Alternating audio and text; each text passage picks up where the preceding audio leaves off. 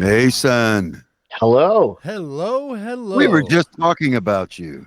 You were hoping I would show up, I bet. No, you're early, actually, 1 minute Oh. early, which is real good. Nice. Greetings from Canada. Thank you. Greetings. Greetings, Oh, hang on. greetings from the USA. Hey, you guys are figuring it out. You'll be okay. We're rooting for you. Good. I was going to ask Yeah. you about that later. So Yeah, that was one of the things I had too. We're cheering for you. We know you'll sort it out. You've beat Nazis before, and you can beat them if it's internally too, you know? That's right. We got similar problems and in Canada as well. So you're not You alone. guys you guys just had a kick-ass election, man. That We did okay. Us in Yeah. Australia, we did okay, but it was, we don't have old oligarchs and tech billionaires fucking with our system as much as you guys do. So you have my yeah, empathy and my sympathy. bless you. Thank you. Yeah. I think Kait is joining us. I think she said she'd be on shortly.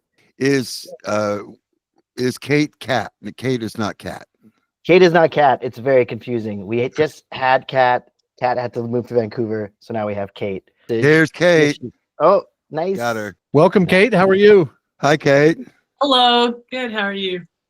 Excellent. Neither one of you sound Canadian. I don't know, man. Oh, I don't know about that. We can Oh, put there it you on go. if you really like us to. We can Oh, there you go. however you want us to.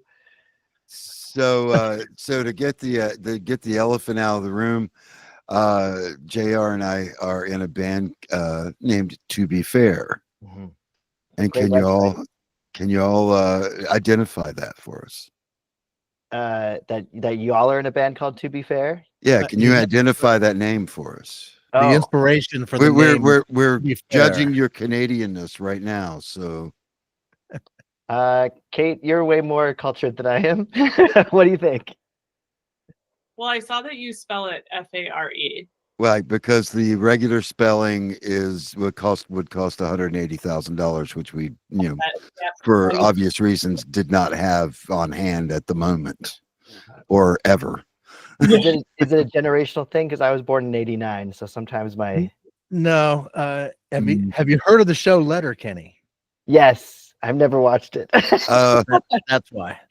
I thought that was required. Is that not? I mean, we'd been told it was required viewing in Canada. That was just even if you don't have a TV, you still have to somehow find out how to watch Letterkenny. That's fair. I watched it on an airplane. Okay.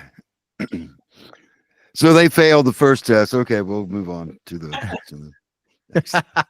Well, welcome to the Corey Hotline, to bands you've never heard of. I'm JR. He's Gary, and you are Mason, and you are Kait. And there's a third member of the band, Bronwyn, who will not be joining us today. Correct? She's too new. We haven't media trained her yet. Yeah, we would ask questions, and she would be like curious about the answers, right? Yeah, she'd be like, I can't wait to hear about this. We'll make her listen to the podcast. That'll be part There of we her. go. Perfect. Perfect. Yes. Speaking of the podcast, did it bother you at all to be contacted by a podcast called Bands You've Never Heard of, or not? Not at all. I forwarded it to Kait and I said, "Is this a scam?" That was what I put in the thing, because sometimes you get those. You all probably get these too, where it's like it's a email or they want a SEO. I don't know, something. I don't know. Multiple times a day. Oh yes. If it means anything, this is my favorite scam so far. So thank you for having us. Yeah, we haven't revealed what the scam is going to be yet. You'll find out at some point. The scam is this. We're hoping that you help us just as much as we help you. Like literally, this is a brand new podcast. We don't have a huge listenership yet, but our theory is that if we seek out great bands that are relatively unknown, and we promote them in hopes of some reciprocal promotion, that your fans may become our fans and our fans may become your fans. And if we do that enough times, we should have more listeners. And if Socialism. and if any of these bands make it big, maybe that helps a lot. So that's what we're hoping for.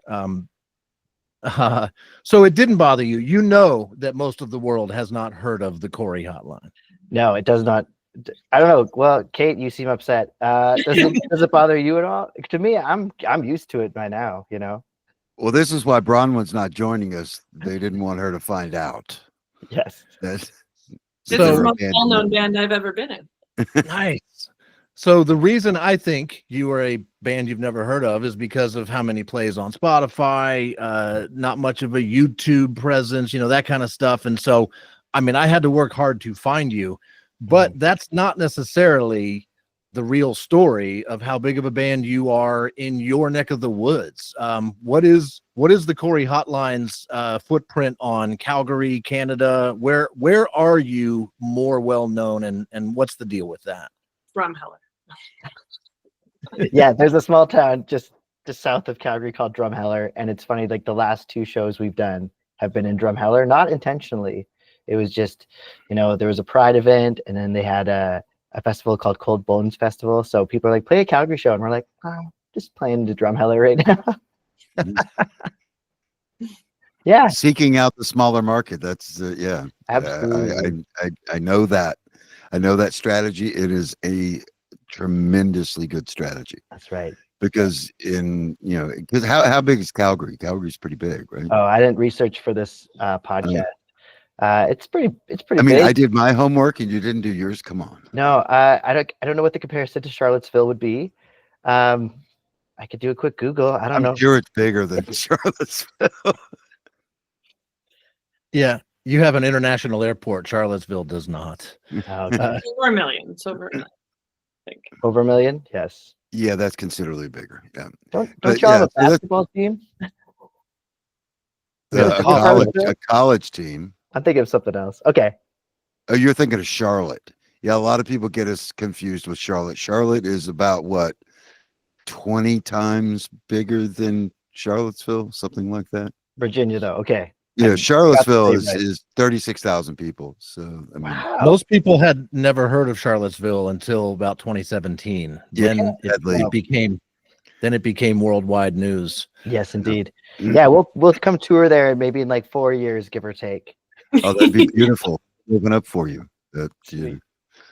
we'll So still how- be hacking along. So, do you guys tour, or do you just play around the Calgary region, or what? Mostly the Calgary region. I'd like to do some mini tours again. Like we're all in our mid-30s, so like sleeping on the floor is kind of out of the question at this point. But we do like lots of Pride festivals, and the Pride festivals pay really nicely, and they put us in a hotel, and we just get to feel so spoiled. So yeah, Like the That's rock what it's stars about. you should be. thank you. That's what it's all about, man. Getting taken care of. Taking care of business. That's also Canadian. We're gonna hit all the CanCon today. Absolutely. Oh, that was my next question. Has that benefited you at all, the CanCon, in Canada? I don't think so. I think that's like how would a water benefit a fish? Just is what it is. I don't know. What do you think, Kate? I mean, I used to have a radio show in Winnipeg where I'm from, and there was like a Canadian requirement, and honestly, it was so easy to hit. So I don't think anybody was necessarily benefiting off of it because there are so many people to play. If you're Canadian, more Canadian bands. Like I played 50% Winnipeg content every week. There was enough of it. You took it one step further. No, because I listen to Alan Cross a lot, his podcast, and he's always talking about CanCon. And I was like, oh, great, I can actually ask these people about CanCon, because I mean that's what it's made to do, is to benefit Canadian artists. And I didn't, but once again, most of that kind of stuff has trickled down. And I didn't know if it had trickled down to you guys at all, or if you could feel any any benefits or results from it or not. So I think what often happens is they're saying, you have to play Canadians and not just Americans, because people look at the Western civilization as USA. But people who don't live in Canada often forget that Canada is geographically the second largest country in the entire world. There's quite a few people here. There's a lot of musicians here. So we're, okay, Canada's forward, but Canada's still competing with every other Canadian. So there's tons of content here. And it's good. We like to support each other. We live in that local vibe. But CanCon, yeah, small punk band from Winnipeg or Neil Young. Yeah. Points. Yeah, I mean that's really interesting because sadly you're the first Canadian band we've talked to, but that was a major thing for me because of my affection for or my affinity toward Alan Cross and all the work that he does with the Canadian music scene. So. I'm going to promise to you that not all of our questions will be Canada, but I kind of have two more. So generally, if he ever says anything like that, that means there's follow-ups. So the song, your song, Calgary is Killing Me. First off, I've had both albums on repeat a bunch the past several weeks. Like it is the soundtrack to my work day. It is the soundtrack to my home on the computer time. It's fun, uplifting music, but Calgary is Killing Me. The title doesn't seem so happy. The song sounds happy. So I had to know more. And, the lyrics aren't hard to find, and I couldn't quite figure out everything you're saying in the song. So I just Googled Calgary is Killing Me, and I found that there's a play called Calgary, I Love You, But You're Killing Me. And the description is, the city is a nest and a distraction, safe and dangerous, comforting and alien. It exhausts and energizes in equal measure. So my question is, how much does that parallel your Calgary experience, and how is Calgary killing you? I got to see this play. I'd never heard about it, or I saw the poster and then I totally stole that idea subconsciously. But I wrote that song. We have a conservative government that's in our provincial government, like our state government.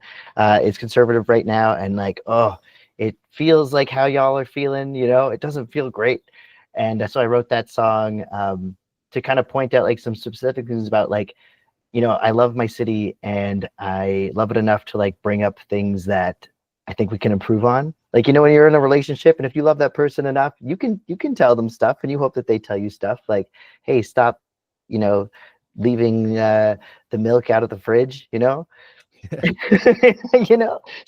it's not, I'm not trying to shit on the city that I love. It's having a conversation to the abyss about how much I wish it could be better. So the points that I kind of bring up in that song are we are very racist in Alberta. Indigenous rights is not a super respected thing here. So I definitely touch on our history and how white supremacy plays a major role in oppressing our Indigenous population, past, present, and hopefully not future, but probably great. We'll keep fighting. And then I also talk about our lack of environmentalism. You run your trucks on queer kids' blood as you chase them out of town, I believe is one of the lines. Ooh. And yeah, we're not so kind to our queer youth, and we definitely prioritize our economic, environmental resources over real human people. We did a segment on our podcast that we just stopped doing just a couple weeks ago. I was thinking, like probably a lot of Americans, about what could I just move to Canada? Is that an option? So in looking into it, I found one, that would be really tough to do, and two, a lot of people pointing out on Reddit and stuff that it's not the friendly green. It's not, the grass is always greener, right? You think it's better up here, but we've got the same shit going on here that you seem to have going on in the USA. Mm-hmm. And so, yeah, I don't know. There wasn't a question there, just an observation, maybe. Yeah, it's the most American Canadian city I think there is. Yes. Our premier, who is in charge of our provincial, which would be state government, mm-hmm. Her idol is Rob DeSantis. Oh, yeah, she loves Ron. She loves Ted Cruz. Ted Cruz also came from Calgary, so we apologize. Thank you. I appreciate that. Sorry. Yeah. Would you guys do a gig in America, or is the political climate a game changer? It sounds like not. I mean, if you sound like you're dealing with it enough there, it's not much different here. Yeah, like Maybe later. maybe later. Like I'm a transgender person, so like I definitely don't feel comfortable crossing the border, especially to play a show. You know, that's technically working, and none of us have visas, so I would be very nervous. Yeah. Right, and the chances of getting visas right now are pretty slim. Yeah. For anybody, anywhere, doing anything. But yeah, we'd love for y'all to come down. We could host, because Charlottesville especially would be very welcome to your all's music and your message. Oh, I love that. I mean, that's a major thing. We are in a very political band, so we have to be very cautious at where we go play. We can't go play at the Moose Lodge and stuff like that. So but Charlottesville is always welcome to your message that you're putting out, and definitely bands from anywhere but Charlottesville. Yeah, So, we're kind of like Austin, Texas, right? They describe Yeah. themselves as a blueberry surrounded by, what is it, tomatoes, strawberries, Yeah. whatever's red, right? We're kind of like that in Virginia, and you don't have to go far out of Charlottesville to leave the blue zone. So, yeah. all right, But I'm you gonna don't have an international airport, so we'd have to. exactly. Oh, you're gonna get on a puddle jumper to get into Charlottesville, that's for sure. Yeah.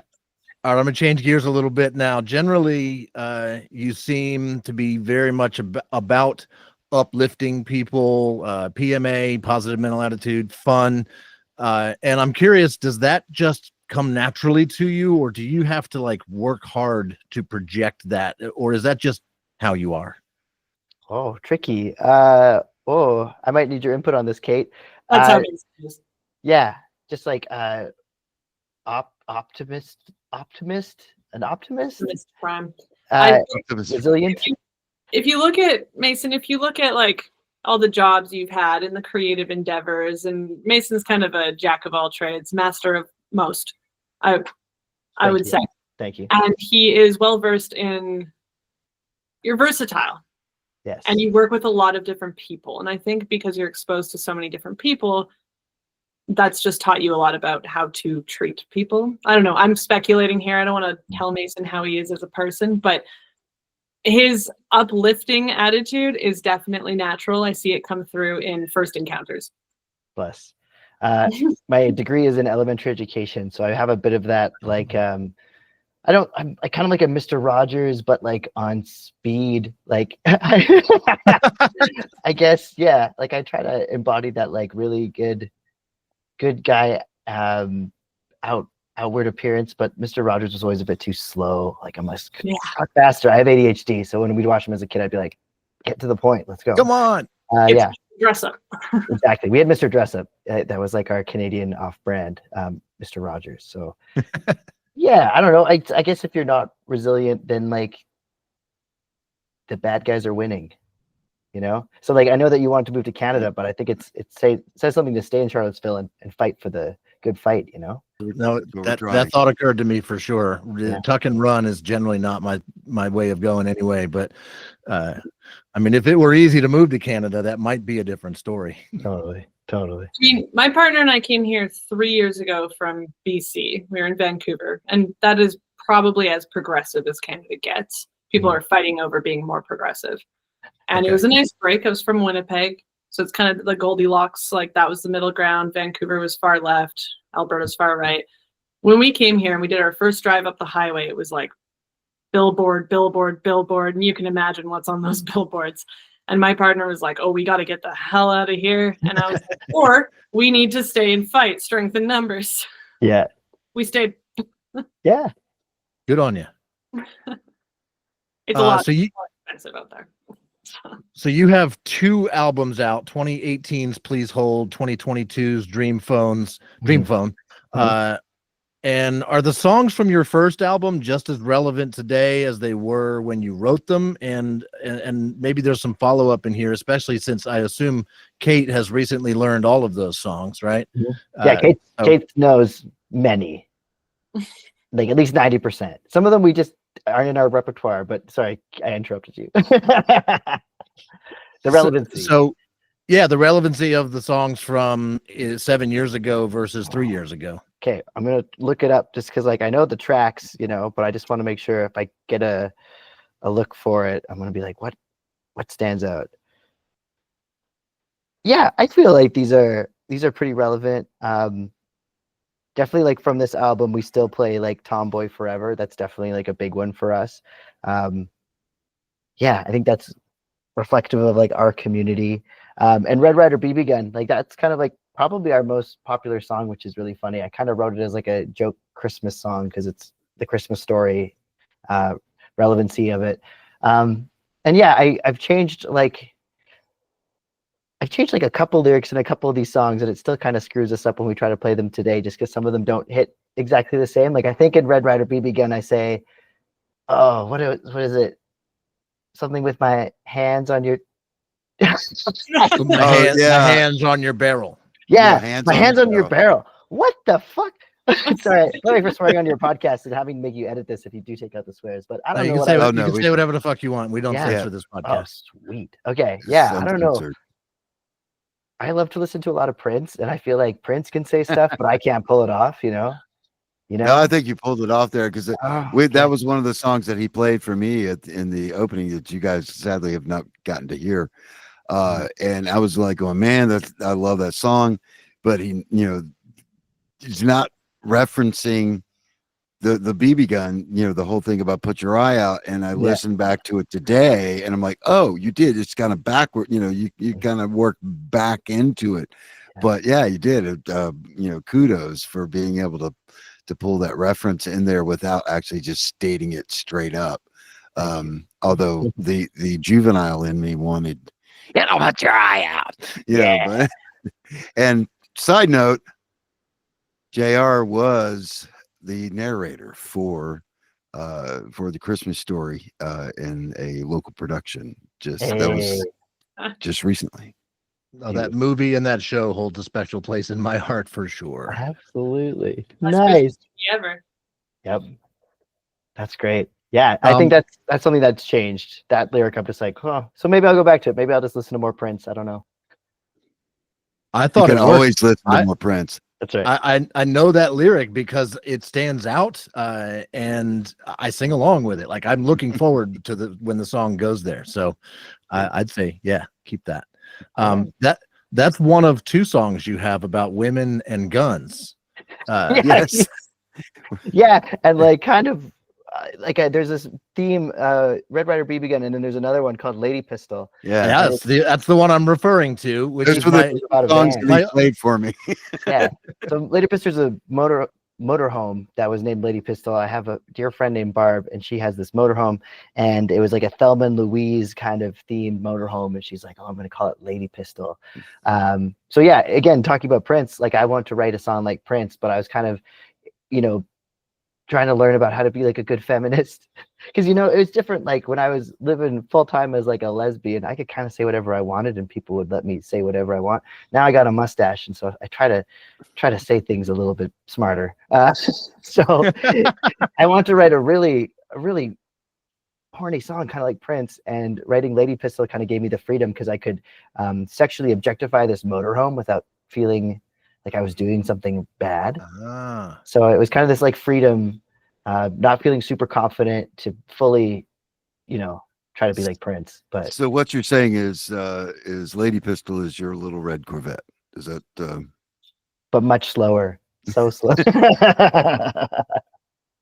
Yeah, that's perfect. So on to the new album. Yeah. So how deep does your affinity go for the Coreys? I mean, you got the name already. Yeah. And then you do the Milton Bradley game as your second, as your second album.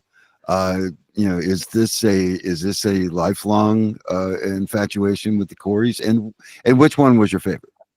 Oh, I couldn't pick between the two. They both have their pros. They both have their faults. When I first, Caitlin, you joined the band like 2 years ago, a year ago.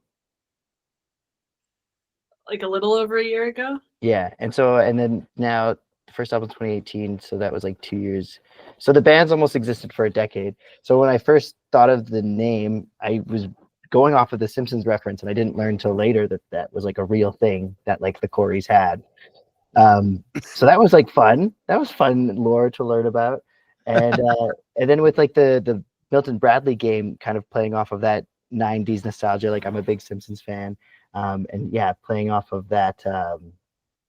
Having this hotline to call and like the Tiger Beat fantasy. I think because I keep maybe giving things too much depth that they maybe don't have, but I think a lot about how because I'm a transgender man, when I was in high school, I was living as like a young woman, right? So I didn't get to have this kind of like teenage boy heartthrob kind of experience, and so I really kind of connect with this like Tiger Beat kind of stuff because like I didn't get to have that, and then I definitely want to like put like a little note on that and be like, just because I have those feelings does not mean that I try to connect with young women. I am a happily married man to a woman that's 6 months older than me, so please do not worry. Please do not worry about that. That is just a fun fact, but it does not come into practice, and I do not feel that way about young people. So you never called the Corey Hotline then? That was not part of your inspiration. No. How annoyed are you that there's a band out there called Corey Hotline with it spelled wrong? Yeah, that infuriates me. And they're from Toronto.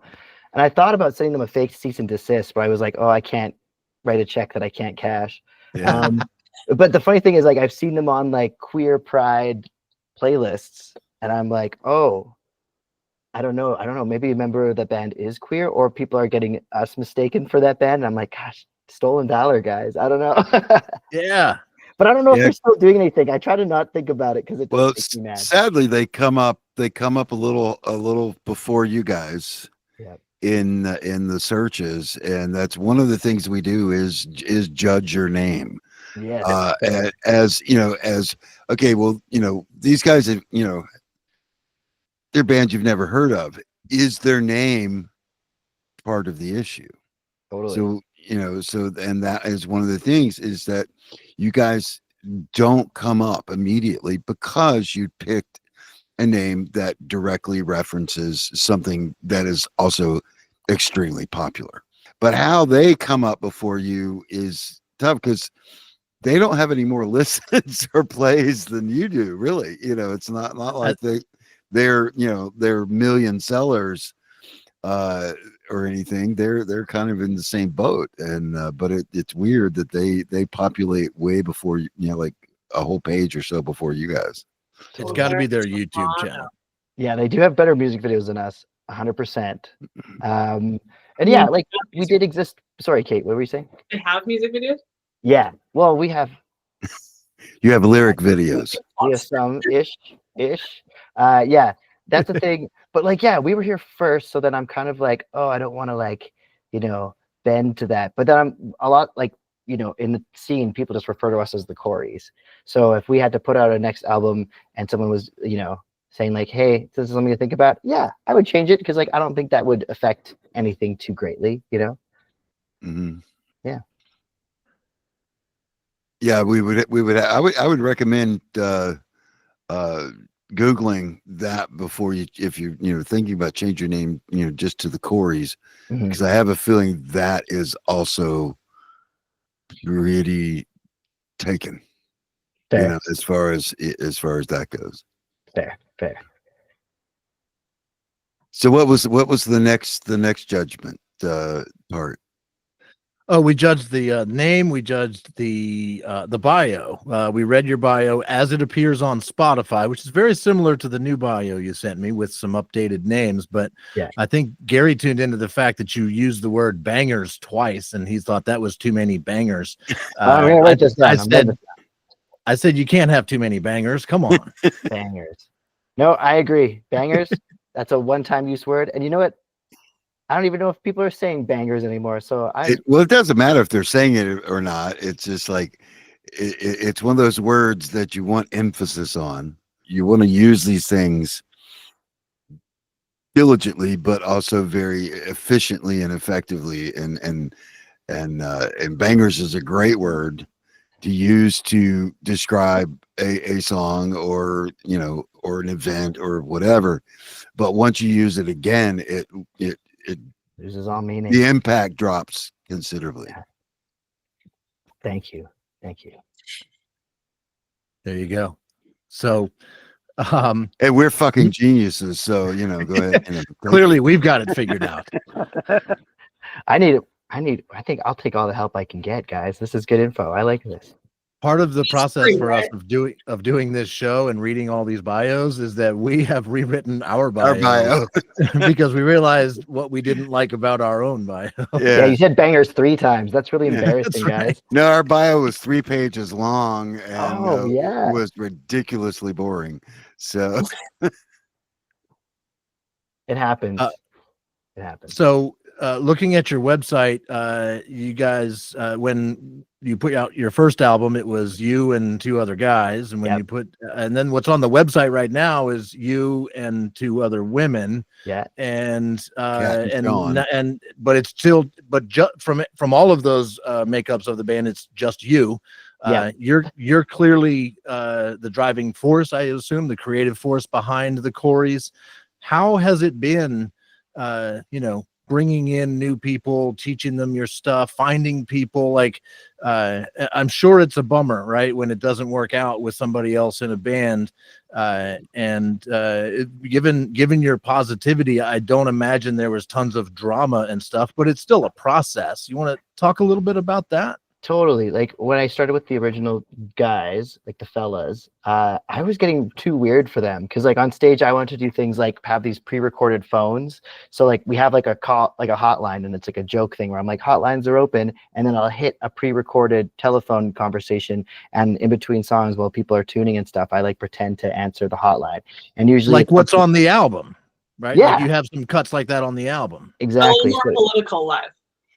Sometimes they're like very self-depreciating, self-deprecating. I don't know how to say the word. Or poking fun, always punching up at right-leaning government officials, or just like stupid things like phone scams and like falling for things, or like radio contests, like just stupid things that would. No one ever calls the hotline intentionally. And if they do, they don't want to talk to me. They want to talk to another attractive member of the band. So it's like this. I'm like really into that, and like we'll play. We'll do like a multimedia thing. Like so, sometimes we'll play like I really like those old educational videos from like the 60s and 70s, where it's like Johnny don't, Johnny like do. Schoolhouse Rock kind of thing, or Yeah, like how to prepare for a date. How to play safely, like things like that. Just like the film strips and stuff you had in school, or the how to hide under your desk during like a bomb. Sorry, slight tangent here, but have you yet used the one that's like, don't get into cars with homosexuals? No, but I'm scared. I feel like we'd have to provide a lot of context. I have seen that one. I know the clips from it. No one knows when the homosexual is about. That one. Yes. Oh my gosh! They did that. That's in Canada.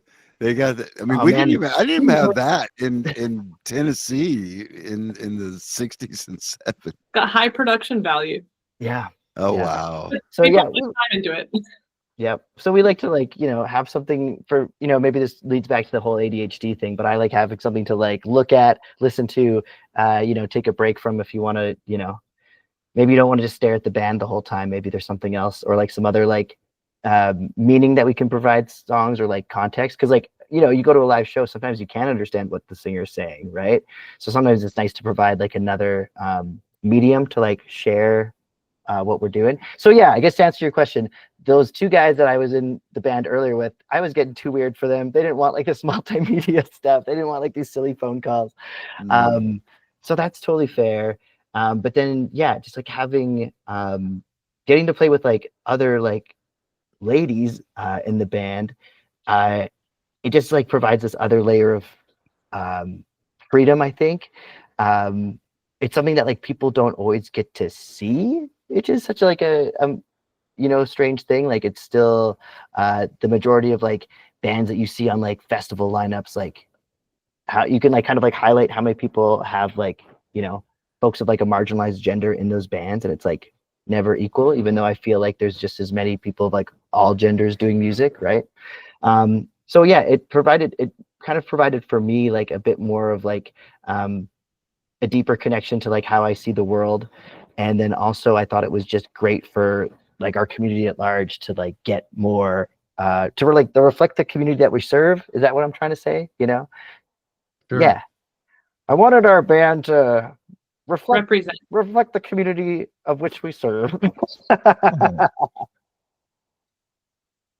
Did you find more heterosexual men as fans once you had women in the band? Because I would imagine that's a lot of guys find that sexy, They do, but I don't. If that is the case, I'm oblivious. Or maybe like people know me well enough not to go up to me and be like, "Oh, those gals in your band sure are hot," because I'd be like, "What the fuck?"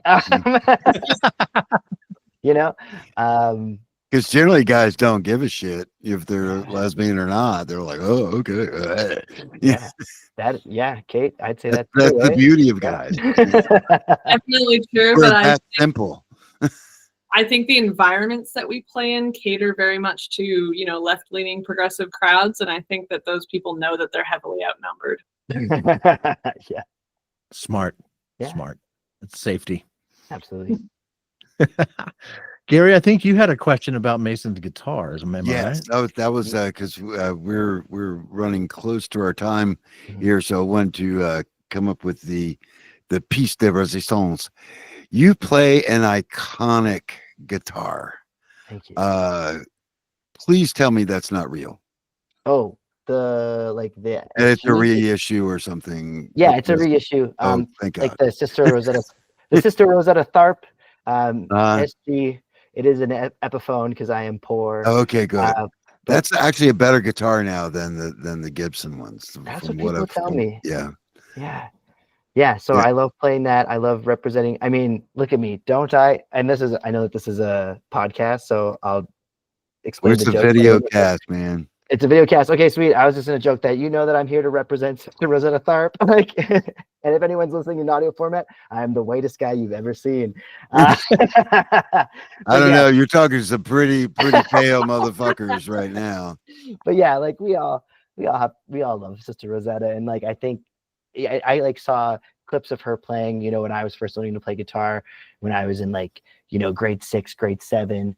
And, at the time, being a little girl learning how to play guitar and seeing someone like Sister Rosetta, like that blew my little brain. So that guitar is very special to me. And I think it's just an SG. There's something about an SG that's just like an old motorcycle, you're just like, man, like jeans and a white shirt, it's always going to be cool, Yeah, I was trying to explain it to JR because he's a drummer, so he is one of those drummers that really does not care at all about anything that's not drum.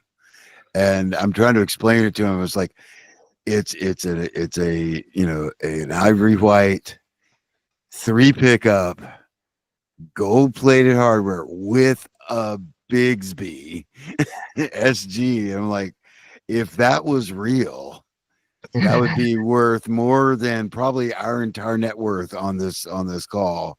Yeah. And I was agog. I was like, I personally have never been able to play an SG. I don't, they don't work for me because I play too hard. You have to have you have to have some finesse in order to not break them. But one of my favorite guitar players of all times, which is Pete Townsend, loved them because they broke so easily. He did not have to beat them senseless as much as say a Fender Telecaster. Yeah.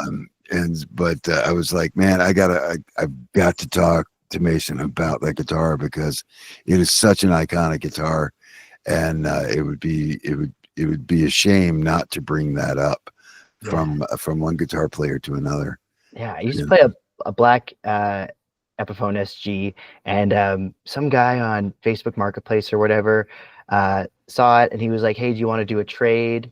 And I was like, "Sure." And then he sent me a picture of like that guitar for the trade, and I was like, "Oh, so like just straight up across the board trade, like no money exchanged in between?" He was like, "No, that's good." And I was like, "Okay." And his reasoning was that he didn't like having the third pickup in the middle. He's like felt like it would got in his way. Yeah. Which I'm like, that's the one thing that I've heard from people that, because I've always loved the 3 pickup Gibson. It's just it's a whole different beast. But that's the one because the pickup rings come up so high, and the pickup it gets in it. A lot of people hit that with their pick. Yeah.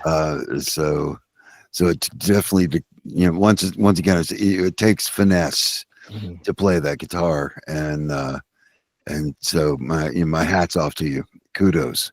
Well, thank for you.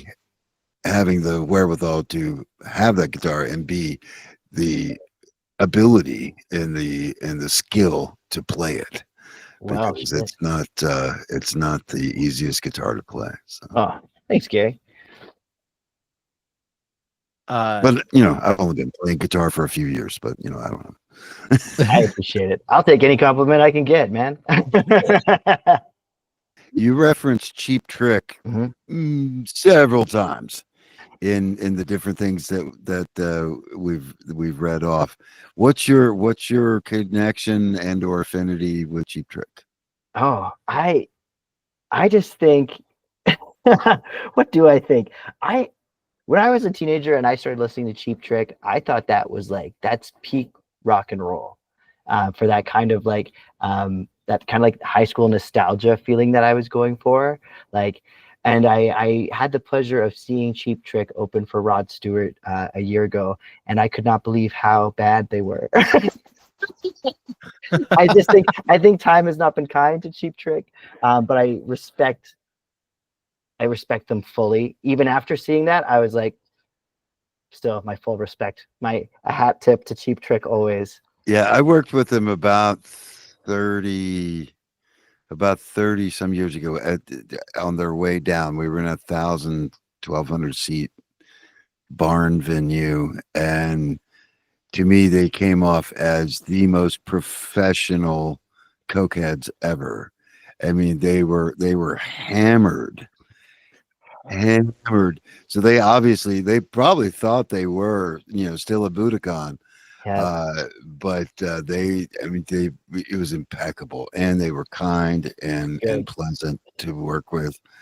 But I could, I mean, they're in their 70s now. So last year they were probably they're all pushing 70. It's not that easy to do that high energy. Rod Stewart could pull it off because he's not that. It's not that high energy, not high relative to Cheap Trick, but but I'm sorry that you had a bad or a mediocre experience with them, because they are phenomenal. They were doing their best that night, and hey, it can't all be bangers. Can't be a banger every time. It can if it's Cheap Trick, man. Yeah. So the last question I had prepared was, I'm curious about the future for you guys. Are you guys writing songs, recording more songs? Do you have any? What's the deal with that? When are we going to hear new Corey Hotline music? So I was joking with folks that since the last album, I kind of fell off with writing music because I got really happy. And I know the songs are happy, but yeah, sometimes I joke about oftentimes I'd be writing songs just out of loneliness or just to connect with people. And yeah, 5 years ago, I met my partner, who's now my lovely wife. And now I'm getting back into it because I'm like, okay, clearly I'm going to be pretty happy forever now. So I have to make sure that I learn how to write songs as a happy person. So I've written a couple songs. I'd say we have 3, 2.5 that we're going to start practicing, and like I would love to do a third album. 3 is my favorite number. So yes, I definitely want to do a third album. Well, I for one am looking forward to it. I can't wait to hear just how positive happy songs are. Yeah, I mean that could be Depressing disturbing, actually. Yeah. And make sure they're not too happy. Yeah, Kate'll drag me back down. Thanks. Bring him down a notch, Kate. Good job. Yeah. We're counting on you, Kate. You Got you. gotta have a stop at some point, That's right. Do y'all have any questions for us? Oh, well, I'm gonna definitely listen to the refreshments, and then I'm gonna check out To Be Fair. I hope we can continue this symbiotic relationship in any kind of way that will make sense for us. Yeah. Well, it is our goal. It was our goal in this interview, and anytime we do these, is to treat you like the rock stars you should be, and to show our listeners a new band that they probably never heard of, that there's humans there making really good music, and so thank you so much for coming on the show, for being willing to answer all of our dumb questions about Calgary and Canada and everything else. And guitars and yeah. Thanks, guys. No, that was super fun. stories. And we would love it if you would share with your fans the fact that there's a whole podcast about you, and we'll share with our fans everything we know about you guys, and get the word out. And let's let this rising tide float all the boats. Yeah. And update your website. I will. We're gonna get new photos. We got new photos planned. We're gonna make it happen. New photos, less bangers, more happy songs. Get it done. You're done. You're done. Awesome. Thanks, guys. We love you guys, man. Thank you so much. Happy Pride. Thank you. And may you continue growing and have all the success you can dream of. Amazing. Thanks, y'all. Bye. See you guys. Bye. And band you never heard of is that Ranch Hand Records production. Hosted by me, J.R. Stoffel, and you, Gary Hawthorne, 2 friends and founding members of another band you've never heard of, To Be Fair. Find out more about our music at tobefair.com, TOBEFARE.com. Bands You've Never Heard Of is written by JR and reacted to by me, Gary. All of the music you heard in this episode was used with permission from the Corey Hotline, and of course, maybe there's a little bit of To Be Fair in there as well. Bands featured on Bands You've Never Heard Of have no more than 100,000 plays of any of their songs on Spotify or YouTube. If you know of, or maybe you're in a band that nobody's ever heard of, and you think we should feature you on this show, or if you have questions for us, or literally anything, if you just want to shoot the shit, send us an email. BynhoPod@gmail.com. That's BYNHO, band you've never heard of, pod@gmail.com. And you can always go to BynhoPod, BYNHOPOD.com. And if you want to listen to Gary as he rants about whatever's pissing him off right now, check out his podcast. He's got one too. It's called Gary Goes On and On and On. But there's also a YouTube channel. Yeah, with the YouTube channel, with my work podcast, with all of the research and stuff that goes into making Bynho, there's very little time left to play music. ToBeFair.com for dates. TOBEFARE.com for dates. And these end credits are way too long. But anyway, thanks for listening, everybody. Yeah, by now the theme song is probably already playing us off, kind of like they do with the so. Grammys and Oscars and stuff. I think so. Love you guys. Thanks for listening, everybody. Peace out.